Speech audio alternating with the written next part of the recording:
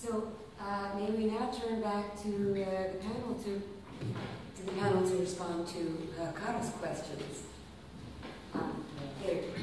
Well, on the Slavic theme, I'm not sure how important it was in the newspapers and so on. But what I do know is that from let's say 1943 until 48, the break of Tito, this was in Stalin's discussions with party leaders, with foreign delegations, foreign communist party leaders. This was a steady theme for him to collect the Slavic world and to put up a dam against the Germanic world. So it's possible that you did not find this theme in the public papers and so on, and therefore you didn't see much point in putting it in your book. And it would be interesting, of course, if this was a theme inside the elite, but not in the press. That's a question in itself, which is important. But I just don't know that. There's one, the diary of Malychev, I forgot his first name, but he's the People's Commissar of whatever, and he has a long excerpt from Stalin's speech that Stalin says, I am a Bolshevik Slavophile, I hate the Germans, we must unite all the Slavs and so on. This is, I think, the main source. Then about the question of control, well, mobilization, I mean, production is also mobilization. Soldiers fighting is also mobilization. So, however you frame this, I cannot imagine that for Stalin mobilization may have been something of secondary importance. He must have felt that he must have appreciated the fact that to have the sterile propaganda that this does serious harm. He may have thought that he had no other option, and because the harm would be greater if the propaganda would be more informative. But still, I think that a better model to understand his motives is to see that he wanted some kind of balance between control and mobilization. That would be my option as a frame of looking at it.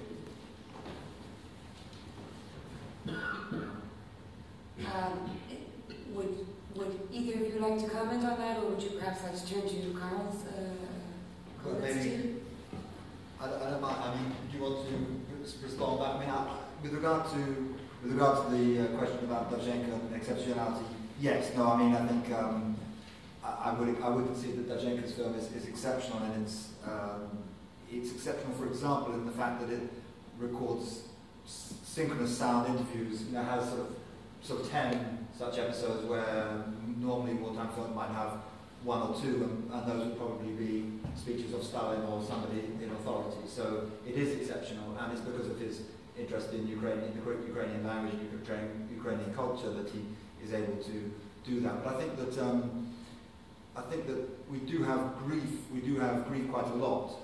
The bereaved, grieving, but typically the loop is closed by the onward march of the Red Army. There's a sense that grief leads to something. So I think there is grief, but it's not sort of allowed on its own terms very often. That's all I know. Konrad? Yeah. Karel, it's about the problem which Hitler saw also. There was a conversation in the headquarters, 1942, I think, and then he said it was a great mistake of Goebbels that in Germany there was so less wire-fed broadcasting. It's a great mistake. The Soviet system is much better. You will find it in the conversations. And so you have to see it in a broader range, in a broader scope. Goebbels' aim from 1933 was stressing the importance of broadcasting. And he saw in 1933 he must share the competence of regulating the press with others, mainly with Amann, later than with Otto Dietrich and the army. But he decided from the beginning. The new field for him was broadcasting, and then broadcasting. The comparison was the Soviet Union. The comparison was Great Britain and USA. If you want to spread your informations in the whole country, you can't use in this time a wire-fed system. It's too complicated. And so they used the people's receiver in 33, the Volksempfänger 33, and further model 38. So you have a lot of receivers, and it's false opinion until now that you can hear with this kind of set only German transmitters. It's possible to hear a lot of transmitters, and you have a lot of regions in Germany you can hear the neighbor transmitters. To Switzerland, Beromünster, the German transmitter, you can hear. But 33, it's no problem. Until 39, there was no problem. Hitler was the greatest German. If he would be killed in 1938, Fest wrote in a biography of Hitler, then everybody would say, this is a great diplomat. We reached everything we want from 33 to 38. Hitler wasn't the problem. And now, when the war was beginning, this was the situation. Nearly everybody, every household has a wireless receiver. And Goebbels planned shortly to catch these receivers, but this was impossible in this situation. And so, yeah, the mistake had been made.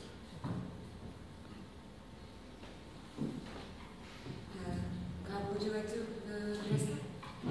I just want briefly that indeed the Soviet Union, when the war broke out, ordered every single person holding a receiver to hand it in on a penalty. If you didn't, you would be penalized severely according to the laws of wartime, because they knew right away this is going to be used to get some information. If, for instance, you lived in the Ural Mountains, you could pick up in the evenings German radio on these things. So they demanded that people hand them in, and generally they did. And at the end of the war, a new law was issued that allowed these things to be given back, but not to the people living in the newly acquired regions, former Eastern Poland. They were not allowed to get the wireless receivers back. Well, you were mentioning about the people were required under draconian laws to hand in their receivers. You also mentioned that propagandists were not always clear themselves about what they were to do. I mean, this was a very high-risk job, I would say, considering probably the fear of both sides. Can you say something about this element of fear among those who were supposed to be producing this narrative? Yes, if you worked in a central newspaper would be one that was supposed to be read all over the Soviet Union. You would think that's a prestigious position, but you were watched very carefully, and it could just happen that you were at your desk and suddenly some NKVD officers appear and arrest your colleague. That just happened. And another factor was that you were always a little bit unsure if you did the right thing. That's why, for instance, the editor of Red Star, the newspaper for the Red Army, but also Red elsewhere, he often showed the galleys to a man he still knew, who had been editing Pravda in the past, just to make sure. And the center was not very communicative about its desires, so there was always a lot of uncertainty whether you were doing the right thing. And yeah, it was a very risky job. Of course, I don't know a case that anybody was really arrested, but even the main censor was reprimanded once. He was somewhat careless. He published a brochure himself, a sort of an edited version of a little booklet with guidelines for his subordinates, a little booklet with examples of bad practices. You know, this is not how you do it. But he made a reprint and he didn't ask for permission. And he was severely reprimanded. And he was lucky not to be arrested. Indeed he was. I'm thinking that you have been listening for quite a long time to the panel. Maybe this is a good moment to turn to questions and comments from the audience. My first volunteer I see in the back, a hand up. Maybe you could stand up. You will repeat the question. Yeah, I'll repeat the question just for purposes of the rest of the room. Okay, fine.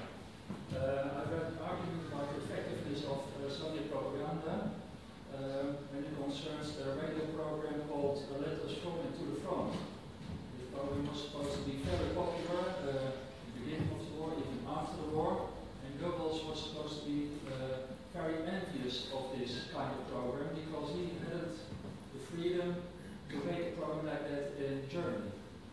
What do you think of this argument? Because for me it illustrates the connection between the front and the home front, and popularity illustrates the effectiveness of the propaganda and also limits of the propaganda. Because when they started the program, it was a kind of make a theater. So people heard that the letter was read by a journalist, and it was much too artificial. And then they had to stop the program and make it sound more natural, and that was a reason for its effectiveness. At least so the argument goes. I'm very interested to Actually, I'm hoping that some of you heard this rather a lengthy question on the effect, yes, of alternative account. Yes, there was this radio program, Letters to the Front and Letters from the Front. And these were often, these things that were read out, they were often based on real letters. Often. But what you heard was never a real letter. So in the very beginning it was an artificial language, and it remained artificial. The notion that somehow this program improved and then the letters sounded more natural and therefore appealed to a lot of people, I think is completely wrong. I mean, the editors themselves complained at the very end of the war that this program was not working well, because the style was very stilted. The letters they received already were often very impersonal, because the writers sometimes themselves felt that it would be improper to be very personal in a letter that might be read out. It was something people didn't really feel comfortable with. But whatever the original letter, and often it was based actually on an interview near a hospital bed, the editors always worked away and they always wanted to really create a certain single language, and they did. So I simply do not think that this program was very effective, actually. There was a lot of distaste for the language. People just didn't recognize themselves. Other questions for Karel or for the panel, or comments? I am doing research in Estonia as an anthropologist, and people have been telling me that there was a lot of overlap between Soviet propaganda and Nazi propaganda, that especially in pictures that were used were exactly the same, but for example the flags were changed, or the symbols on the uniforms were changed. So I was wondering to what extent you have seen like similar, maybe other people who have been speaking about more about Nazi Germany, to what extent you see similarities or actually the same use of propaganda. The question is whether in the images of the propaganda of the Soviet Union there was some overlap with the images produced by the Nazis. Correct? I don't really see that a whole lot, to be honest. No, I'm just wondering what these people who write about this mean.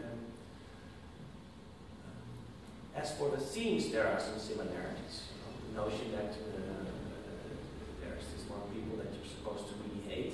In one case it's Jews, in other cases it became the Germans. I mean, that's very similar.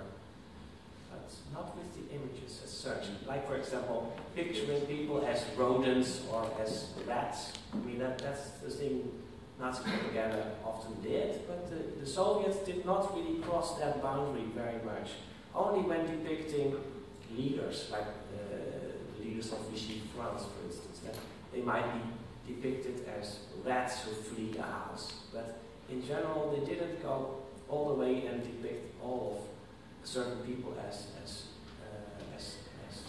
insects or rodents.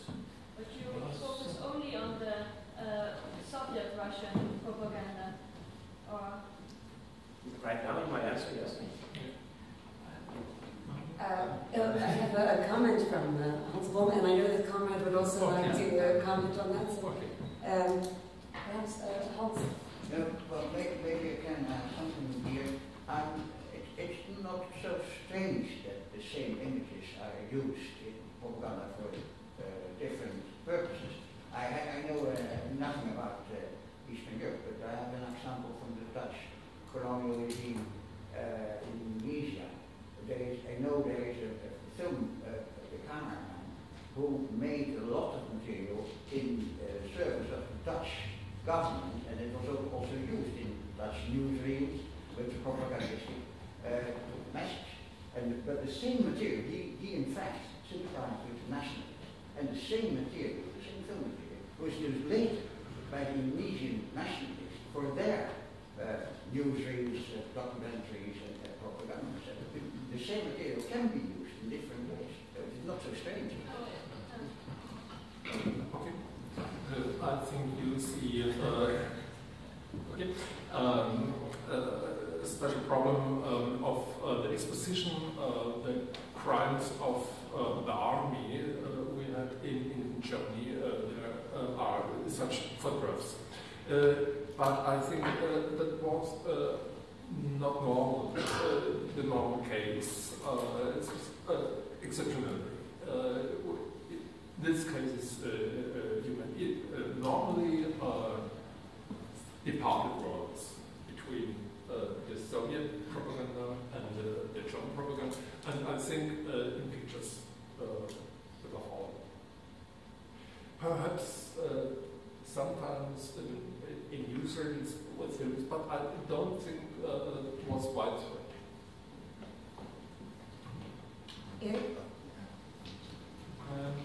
Well, I think that there might be some more parallels between Nazi and Soviet images than you suggest. First of all, I think what they would agree on was thinking in categories. I mean, certain categories of people who must be either exterminated or terrorized. But also, you have the idea of kulaks as spiders. The term Vreditelli record has a kind of insect also association, I think. People should be shot as wild dogs. So I think in general they use this rather often, this kind of terminology would be my idea. Of course I can understand that in essence Stalin's ideology was not biological, and Nazi ideology was, so the Nazis will have tended to use this term more, but I think that it's not total contrast, in my idea. I mean, I think there's hardly been an anti-Nazi film made that didn't use Triumph of the Will as material that it creates, and following your example. So this notion of what the Soviets used to call trophy images, images that they sort of captured off the Germans. They used them a lot in their propaganda, you know, and that included, I think, what you were talking about, the photographs of the soldiers, German soldiers apparently had or had of atrocities they committed, as it were. But yeah, I mean, one of the film examples where there's a complete correspondence is, of course, the Nazi film of the Katyn massacre and the Soviet film of the Katyn massacre, which sort of are a curious pair. And the Soviet film tries to sort of, you know, they re-disinter the Polish officers and obviously sort of fake the dates of their execution, or that they fake the letters home, the dates on the letters home and so forth. And then they try, whereas the German film has a kind of, has genuine members of the Red Cross, and the Swedish ambassador has a genuine sort of international panel of experts who say, yes, the Soviets killed these people in 1940. The Soviets get a kind of completely fake panel of experts, generally speaking their own people, Alexei Tolstoy and so forth, who say, yes, the Nazis killed these people in 1941. So, and those films, of course, are absolutely the same. And I mean, I think, but you can find just, you know, more differences, I think. And I think one of the things actually Karel draws attention to, this whole notion of death, of it being a good thing to kill yourself, to get killed in killing the enemy and getting killed at the same time is a good thing in the Soviet propaganda. And German propaganda doesn't have that same sort of cult of death. And I mean, I think what Karel does with that, which is very, I think, very productive, and I think productive also for a comparative study of propaganda, of visual propaganda, which is not something you do at an enormous depth, and could be done by the likes of you if you were interested. But is this whole thing of this whole notion of the death cult, this whole notion, you know, for example, there's a film in 1941, Feast in Yermunka, by the famous director Vsevolod Gudovkin, in which a woman, the Nazis occupy this town, and the woman prepares a feast of poisoned food for the Germans, but they kind of realise what might be happening, so they get her to try it first, and she sort of, and she tries it first, triumphantly, killing herself and killing them, and this is the sort of, almost the sort of archetypal image of the Soviet wartime propaganda. And what Karel does is shows that this is this control, or this is this, or he argues, it's this great gratitude culture, this sense that agency, tribute to Stalin is paid in one's own death, and this is a kind of sign of loyalty. And I think it's a sort of productive line of argument that you could follow through propaganda images much further. Sorry, other questions or comments from the audience? I should note that that these images were both visible in the Katyn film from Andrei Vajda. I don't know if you think that those were accurate depictions of both the Soviet and the Nazi propaganda. You can really see the differences in that. A very striking example. Are there more such examples? Other than Katyn, you mean? Well, of one and the same. One of the same incident, mass graves. filmed in different ways. Not that spring to my mind. I mean, there's a tendency rather to concentrate on different things. The German Deutsche Volksschau also has, for example, Lvov, the killing, has a film about all the people then getting killed as they left the city of, well, we should say Lviv, as Karel does, in the Ukrainian manner. And then they have a film of Vinica, where they discover victims of the NKVD in this kind of way. And of course and they're tied to a sort of anti-Semitic thing of the forcing the commissars and the Jews to dig up these people and then take their places. You know, it's the sort of but the the Soviets, I don't think have. I mean, they don't talk about Vinica and their own crimes in Lvov. They concentrate on Nazi crimes. Yeah, I'm thinking. I don't know whether we have to go on about you this may. thing, but about this cult of death. I have some doubts about it. What comes in? I mean, of course, Stalin wanted people to die rather than to be captured. That's very clear. But this had from his point of view, a pragmatic background. If you say this is a cult of death, what comes to my mind is in 1938 there was a very important banquet in the Kremlin where many people came, and among them was a pilot, Skalov, and he was drunk, and he more or less stepped on the table, and he approached Stalin and he said, "I want to die for you," and there was something hysterical in his tone. He said, "I want to give my lungs for you and my heart," and so on. And Stalin was very uncomfortable with that. And Stalin said, "Well, you're stupid. Nobody asks you to die for me. What I ask you is you should live for me." And that was more his mentality. It was a pragmatic mentality. He wanted to win and he wanted to have results. And if this needed death, then it needed death. And if it needed life, then it needed life. So I'm not sure. Actually, the idea of cult of death, I would associate it more with the Nazi and right-wing mentality than with the communist mentality. But I may be mistaken. I'm not sure. These are just some thoughts. That's what today's for. Yeah. That's very interesting, and I want to stress a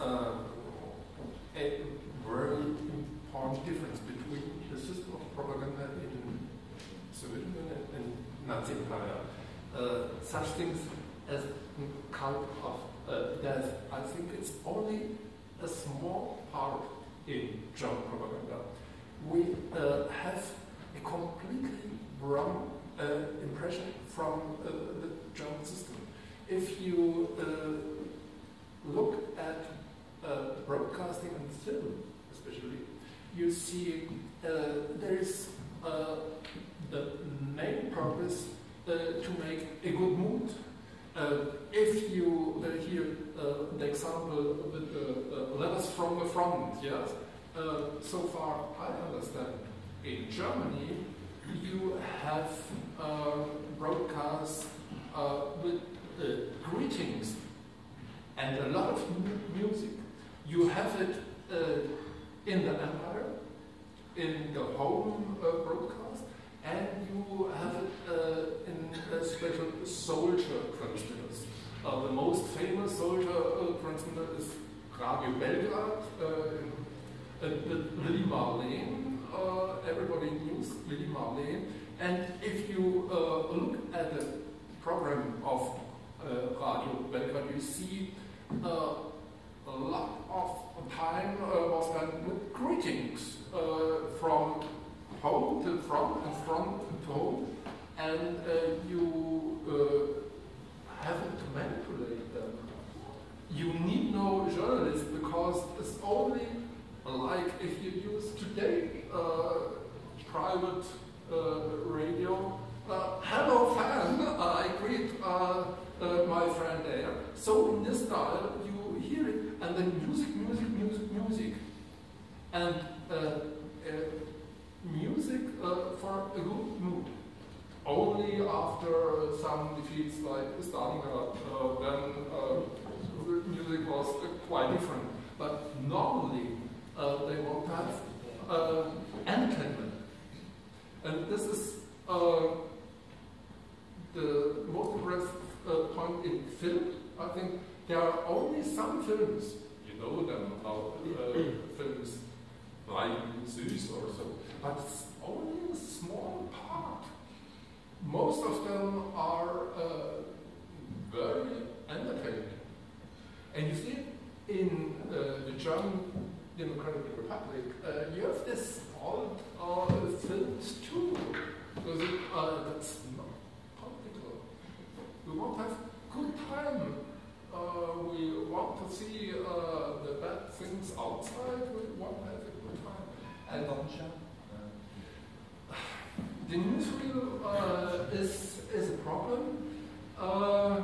I think you see, like press and newsreel, they want to see new information, but they draw their own conclusions. A part of the people said, "Wow, our army, we are the greatest." But the security service registered too. There are a lot of people, mostly women, who saw, this bombs in the heart of the city, and there are people down.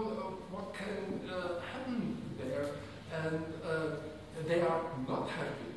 And so the Secret Service himself wrote in his report, this kind of propaganda made problems for us. And I think it's very difficult. It's easier to think Nazis are these people with the cult of death, and they killed all the people, and so is the propaganda. I think it's more complicated. You asked if the Soviet Union had a similar kind of monitoring system of the impact and Stimmungsberichte. I think there are thousands and thousands of such reports. Unfortunately, we don't get access to them. Okay. They are still being preserved in the regional archives in Moscow. And I'm sure that is a tremendous source if it becomes available. Tiny tidbits have been published, but for instance, I myself have never been able to see them. I guess if I would have gone to Petersburg, I might have seen a bit, but I'm somewhat doubtful because the kind of source is considered sensitive and the period is very sensitive. Yeah. And today's Russia is not open to really open debate about this matter at all, actually. I wonder if this kind of debate would be possible in Moscow. I don't know what you think, but I think it might be a bit rowdy. On that note, on today's atmosphere, I think that perhaps one of the lasting effects of Soviet wartime propaganda might be reflected today in Russia's textbooks, approved textbooks, and also in the Commission to prevent the falsification of history to the detriment of Russian Federation interests. So I believe whatever questions we have about the effect of the wartime propaganda, that it was indeed quite enduring. Would you like to make a comment on that? Or, thank you all for such patience and also for such stimulating discussion.